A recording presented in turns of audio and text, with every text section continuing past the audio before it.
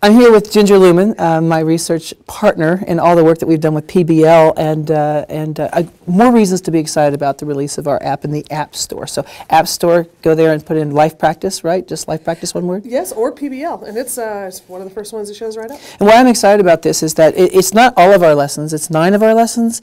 7 of our lessons. 7 of our lessons. Hate to overpromise, underdeliver, but it's 7 of our lessons, and if you download this and try it, you'll really understand what we're about. And then, as we start doing more releases and more releases, and you have the whole thing, you'll know what's going on. We'll lay out the foundation of the whole thing, and they'll understand what we're about. And for $4.99, I'm excited because I don't think it's way too expensive, but I think it's enough that people can whet their appetite and find out, right? Well, and talking about expensive, it's actually cheaper than buying the cards themselves. Yeah. And you get cool things like a little camera to take snapshots of your students doing amazing stuff that lives right in the app too. And right, you can put that background behind so your personal experience you can configure. That's kind of a fun thing. And let's not forget the Kevin Honeycutt video.